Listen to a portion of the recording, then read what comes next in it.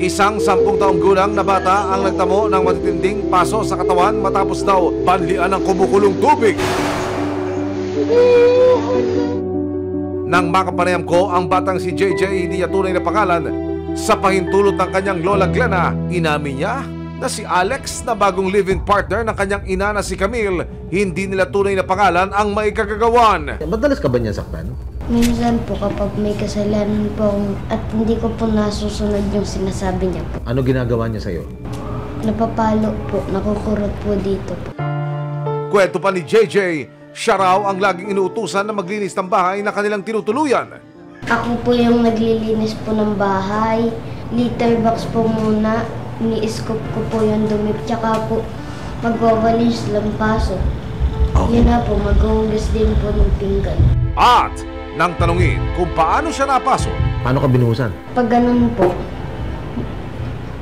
dumaan po dito, tapos lumampas, bumaba po pag ganun.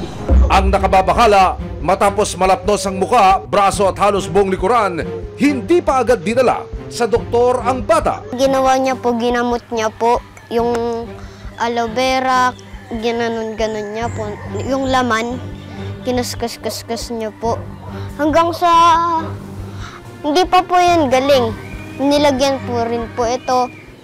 Isang overseas Filipino worker sa Middle East ngayon ang ina ni JJ na si Camille. Pero bago makapag-abroad, kay Glena, lola ni JJ, pinaalagaan ni Camille si JJ habang nagtatrabaho ito bilang kasambahay. Ako po naging alaga mula 1.5 year hanggang sa 9 years old po.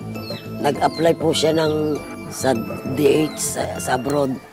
Pero kalaunan taong 2023, sa live-in partner na raw, ipinaubaya ni Camille si JJ. Ihiramin nga daw si JJ at ipapasyal daw at ipamimili. Ihatid na nga daw, sabi daw nito si JJ, ay ayaw na niyang pumunta doon sa aking anak. Hanggang doon lang po, wala po kaming kontak.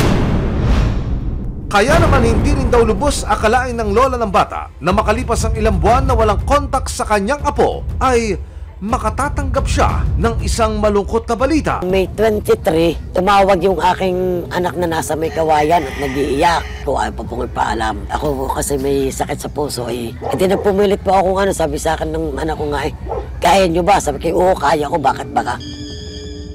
Ay gusto ko makita si JJ nga. Pinakita yung picture na talagang bagong banli na pagampaga ang mukha. Susunod! Matapos ang ilang buwan na hindi nakikita ang apo, nadatnan daw ni Glena si JJ sa kalnos-nunos na kalagayan. Sobra para sa dista. Makalipas ang 5 buwan, atin siya kamustahin. At ang aking balita ay, nako, talaga namang nakarecover na ang bata. Kamusta ko kayo? Ako, tagal na panahon, anak. 4 na buwan, makalipas ang bangungot na sinapit ni Sam, muli namin siyang binisita. Mami. Daddy.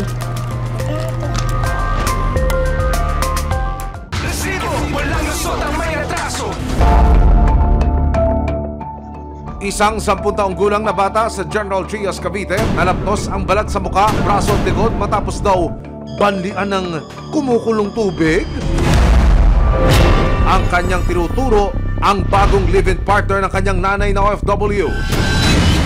Nang makarating sa lola ng bata na si Glena ang balita, dali-dali siyang tumakbo mula Laguna papuntang Cavite. At nang makita ni Glena ang apo na nooy nasa kustudiya na ng mga taga-barangay at pulis.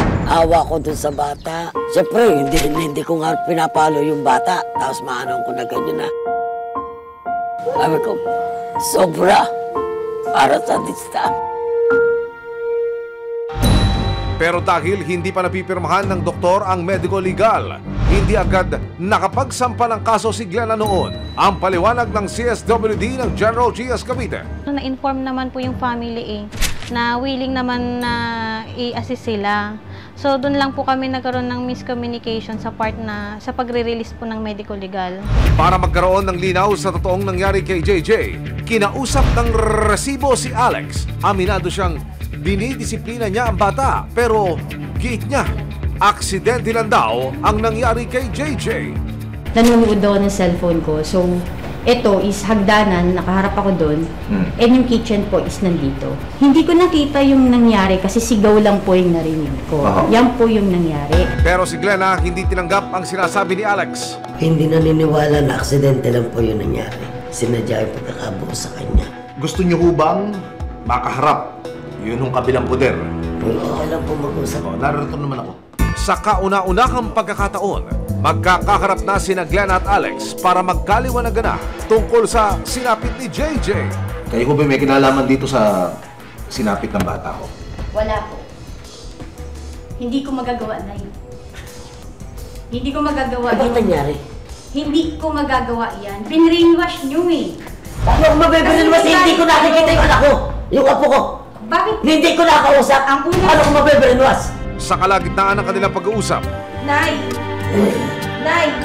Okay ka lang. nagkalabasan man ng mga hinaing ang magkabilang panig, desidido si Glenna na sampahan ng kaso si Alex. Itutuloy niyo po ba yung reklamo? Yung paghahain ng kaso laban o dito sa manugang ninyo? Gusto ko. Ano po masasabi niyo?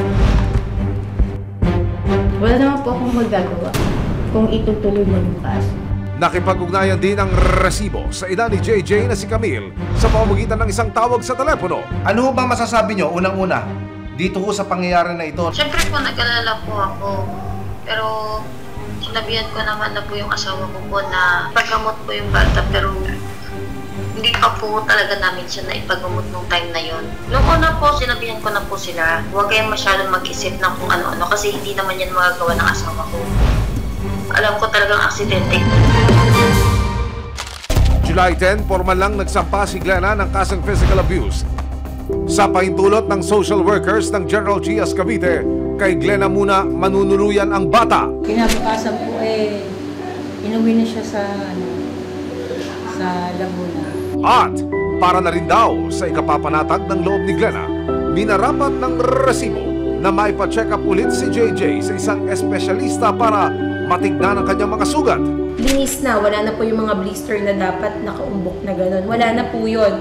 Pero again, for the peklat, hindi na po natin siya mababalik sa normal na itsura. Naghilo man ang mga lapnos at pasa na natamo ni JJ, hindi basta-basta makalilimutan ng bata ang sinapit niya sa loob mismo ng kanyang tahanan. Pangako ng kanyang lola Glenna, poprotektahan niya ang apo at bibigyan ng nararapat na atensyon, aruga at pagmamahal.